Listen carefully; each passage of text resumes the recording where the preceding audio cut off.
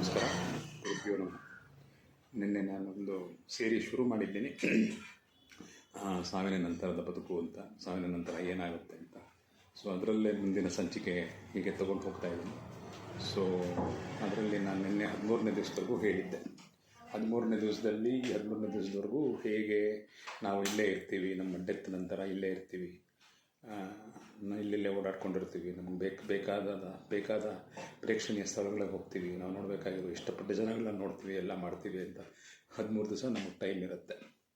13 ದಿವಸ ಆದ ನಂತರ ಅವರು ನಮಗೆ ಫೈನಲ್ ಕಾಲ್ ಕೊಡ್ತಾರೆ, ಏನು ಹೋಗೋದಾ, ಬರ್ತೀರಾ ಇಲ್ವಾ ಅಂತ. There is a free will for us. ನಮಗೆ ಒಂದು ಸ್ವಯಂ ಇದು ಕೇಳ್ತಾರೆ ಅವರು, ನಮ್ಮ ಗೈಡ್ ಸ್ಪಿರಿಟ್ಸ್ ಏನು ಹೇಳ್ತಾರೆ ಕೇಳ್ತಾರೆ. ಕೇಳಿದ ತಕ್ಷಣ ನಾವು 90% ಜನಗಳು ಒಪ್ಕೊಂಡು ಹೊರಟೋಗ್ತಾರೆ. 90% ಜನಗಳು ಯಾರೂ ಇದು ಮಾಡಲ್ಲ, ಇಲ್ಲಿರೋಕ್ಕೆ ಇಷ್ಟಪಡಲ್ಲ. ಇಲ್ಲಿ 10% ಜನಗಳೇನಿದ್ದಾರೆ ಅವ್ರಿಗೆ ಅವ್ರ ನ್ಯಾಚುರಲ್ ಡೆತ್ತಲ್ಲೇ ಹೋಗಿರೋದಾದ್ರೂ ಅವರಿಗೆ ಅವರ ಮೆಟೀರಿಯಲಿಸ್ಟಿಕ್ ವಸ್ತುಗಳ ಮೇಲೆ ಬಹಳ ಇದಿರುತ್ತೆ, ಪ್ರೀತಿ ಇರುತ್ತೆ. ಮಗಳಾಗಿರ್ಬೋದು, ಮಗ ಆಗಿರ್ಬೋದು, ಆಸ್ತಿ ಆಗಿರ್ಬೋದು, ಪಾಸ್ತಿ ಆಗಿರ್ಬೋದು, ಚಿನ್ನ, ಒಡವೆ, ವೈಡೂರ್ಯ, ಈ ಥರದ ವಸ್ತುಗಳಲ್ಲಿ ಅವ್ರಿಗೆ ಸಿಕ್ಕಾಪಟ್ಟೆ ಆಸೆ ಇರುತ್ತೆ. ಆದ್ದರಿಂದ ಇಲ್ಲ, ನಾವು ಬರಲ್ಲ, ನಾವು ಇಲ್ಲೇ ಇರ್ತೀವಿ ಅಂತ. ಸೊ ಅವರು ಆವಾಗ ಗೈಡ್ ಸ್ಪಿರಿಟ್ಸ್ ಅಂತ ಏನು ಹೇಳ್ತೀವಿ, ಸ್ಪಿರಿಟ್ ಗೈಡ್ಸ್ ಅಂತ ಏನು ಹೇಳ್ತೀವಿ, ಅವ್ರು ಹೊರಟೋಗ್ತಾರೆ. ಹೋದ್ಮೇಲೆ ಇವರ ಪಯಣ ಇಲ್ಲಿ ಪ್ರಾರಂಭ ಆಗುತ್ತೆ. ಸೊ ಅದಕ್ಕೆ ನಾರ್ಮಲಿ ಏನು ಹೇಳ್ತಾರೆ ಅಂದರೆ,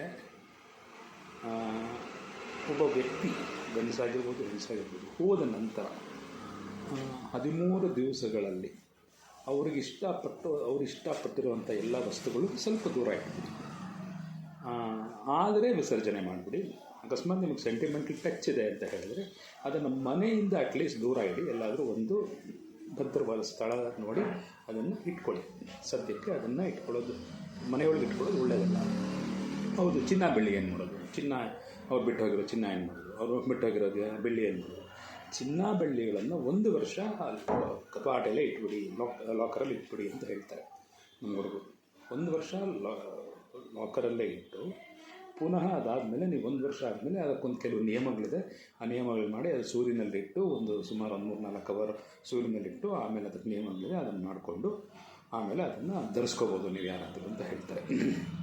ಸೊ ಇವಾಗ 13ನೇ ದಿವಸ ಅಲ್ಲಿ ಅವರು ಹೋದವ್ರ ಬಗ್ಗೆ ನಾನು ಹೇಳ್ತೇನೆ. 90% of the people who pass from the light ಅವ್ರ ಬಗ್ಗೆ ಹೇಳ್ತಾ ಇದ್ದೀನಿ. ಸೊ ಅವ್ರದ್ದು ವಿಷಯ ಅಲ್ಲಿ ಹೋಗಿದ ತಕ್ಷಣ ಮತ್ತೊಂದು ಸೆಲೆಸ್ಟಿಯಲ್ ಬಾತ್ ಆಗುತ್ತೆ.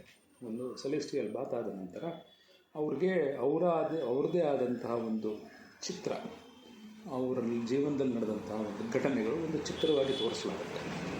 ಆ್ಯಂಡ್ ಇಂಪಾರ್ಟೆಂಟ್ ಇಲ್ಲಿ ವಿಷಯ ಏನು ಅಂದರೆ, ಅವ್ರು ತೋರಿಸುವಾಗ ಅವರ ಒಂದು ತಪ್ಪುಗಳನ್ನ ತೋರಿಸಿ ಹೇಳಿ, ಇದಕ್ಕೆ ನೀವು ಪುನರ್ಜನ್ಮದಲ್ಲಿ ನೀವು ತಗೊಳ್ಳೋ ಜನ್ಮದಲ್ಲಿ ನೀವು ಅದಕ್ಕೆ ಪ್ರಾಯಶ್ಚಿತ್ತ ಪಡಬೇಕು, ಪ್ರಾಯಶ್ಚಿತ್ತ ಆಗುತ್ತೆ ಅಂತ ಹೇಳ್ತಾರೆ ಹೊರತು ಇದರಲ್ಲಿ ಯಾವುದೇ ಥರದ ಪನಿಷ್ಮೆಂಟು ಅದು ಇದು ಎಲ್ಲ ಇಲ್ಲ. ಅಲ್ಲಿರೋದು ಬರೀ ಲೆಸನ್ಸ್ ಮಾತ್ರ, ಅಲ್ಲಿರೋದು ಪಾಠಗಳು ಮಾತ್ರ. ಈ ಜನ್ಮದಲ್ಲಿ ನಾವು ಏನು ತಪ್ಪು ಮಾಡಿದ್ವಿ, ಆ ತಪ್ಪಿನಿಂದ ನಾವು ಹೇಗೆ ಹೊರಬರಬೇಕು ಮುಂದಿನ ಜನ್ಮದಲ್ಲಿ ಅನ್ನೋದು ಮಾತ್ರ ಹೇಳ್ತಾರೆ. ಆಯಿತಾ? ಸೊ ಅದಾದ ನಂತರ ಏನಾಗುತ್ತೆ ಅಂದರೆ, ಅಲ್ಲಿ ನೀವು ಎಷ್ಟು ದಿವಸ ಬೇಕಾದರೂ ಇರ್ಬೋದು. ಇಲ್ಲಿ ಹೇಗೆ ಹಾಸ್ಪಿಟಲ್ಸ್ ಇದೆಯೋ ಅಲ್ಲೂ ಹಾಗೆ ಹಾಸ್ಪಿಟಲ್ಸ್ ಇದೆ, ಸ್ಪಿರಿಟ್ ಹಾಸ್ಪಿಟಲ್ಸ್ ಇದೆ, ಅಲ್ಲಿ ಕೆಲಸ ಮಾಡ್ಬೋದು. ಅಥವಾ ಹಲವಾರು ದೇವತೆಗಳು, ಹಲವಾರು ಕಿನ್ನರರು, ಹಲವಾರು ಅಶ್ವಿನಿ ದೇವತೆಗಳು, ಎಲ್ಲರ ಜೊತೆ ಯಾರ ಜೊತೆ ಬೇಕಾದರೂ ಸೇರಿ ಕೆಲಸ ಮಾಡ್ಬೋದು. ಇವಾಗ ಇಷ್ಟು ನೆಕ್ಸ್ಟ್ ಸಂಚಿಕೆಯಲ್ಲಿ ನಾನು ಮತ್ತೆ ನಿಮಗೆ ಅವರ ಅಲ್ಲಿನ ಆತ್ಮಗಳ ಜೊತೆ ಒಂದು ವಿಮರ್ಶೆ, ಅದ್ರ ಬಗ್ಗೆ ಎಲ್ಲ ಹೇಳ್ತೀನಿ. ಸದ್ಯಕ್ಕೆ ಇವತ್ತು ಇಲ್ಲೇ ಮುಗಿಸ್ತಾ ಇದ್ದೀನಿ. ಧನ್ಯವಾದಗಳು. ಶುಭ ದಿನ.